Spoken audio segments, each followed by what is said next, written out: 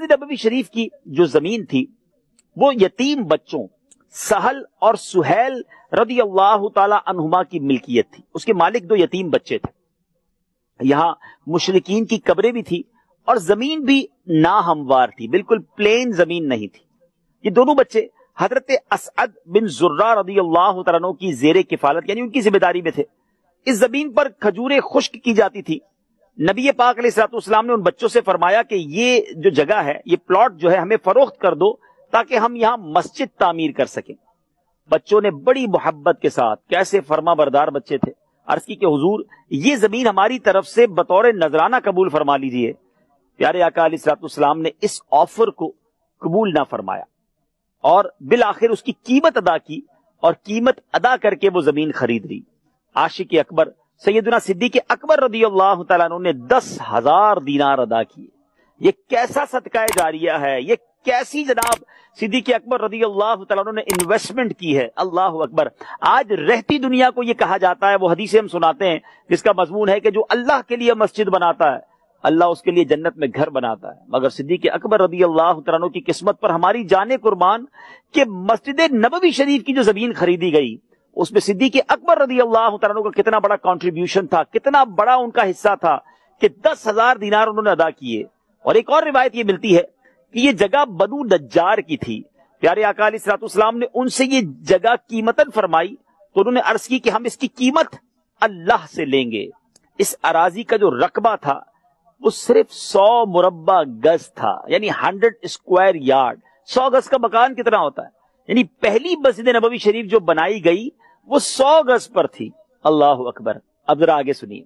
حضرت سیدنا حسن بصری رحمت اللہ تعالی سے روایت ہے کہ جب نبی پاک علیہ الصلوۃ والسلام نے مسجد نبوی شریف کی تعمیر کا ارادہ فرمایا تو حضرت جبریل امین علیہ الصلوۃ والسلام نبی پاک کی بارگاہ میں حاضر ہوئے اور عرض کی کہ حضور اس کی اونچائی جو ہے 7 ہاتھ یعنی تقریباً 3.5 گز رکھیے اور اس کو بہت زیادہ مزین نہ کیا جائے، اس کو اتنا تکلف نہ کیا جائے. اور اس وقت تعمیرات کا یہی انداز تھا. مسجد میں طاق نما محراب، گنبد اور مینارہ وغیرہ نہیں ہوتا تھا.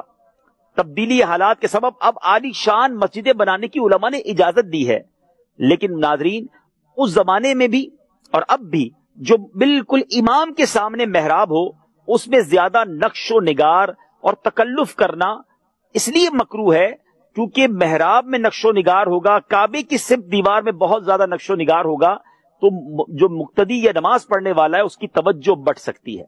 بہرحال اب اس پلاٹ سے، اس زمین کے ٹکڑے سے کھجور کے درخت کٹوا دیے گئے، مشرکین کی قبریں اکھاڑ دی گئی اور تقریباً ربیع الاول سن 1 ہجری تھا اور یہ مہینہ اکتوبر کا تھا. مسجد نبوی شریف کا سنگ بنیاد رکھا گیا.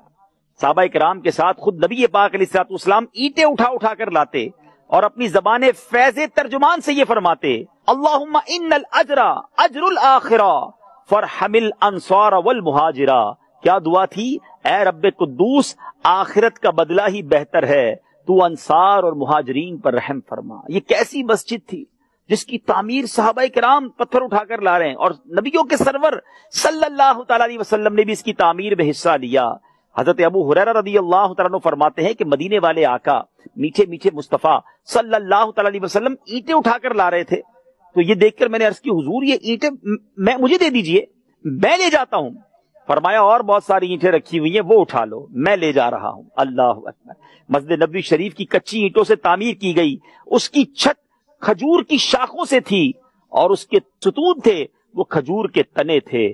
کیا میرے آقا کا انداز. یہ کیسی سادہ سی مسجد بنائی گئی اور کائنات میں اب ساری دنیا کے دلوں کی دھڑکن جو ہے، عاشقان رسول کی دلوں کی دھڑکن، ان کا منبع، ان کا یوں سمجھیے کہ زندگی کا مقصد ہے اس مسجد میں حاضری دینا. میں امیر علیہ سنت کا وہ شعر کتنا پیارا ہے کہ نبی پاک کی زندگی میں کیسی سادگی تھی. آپ لکھتے ہیں تیری سادگی پہ لاکھوں، تیری عاجزی پہ لاکھوں، وہ سلام عاجزانہ مدنی مدینے والے. تیری سادگی پہ لاکھوں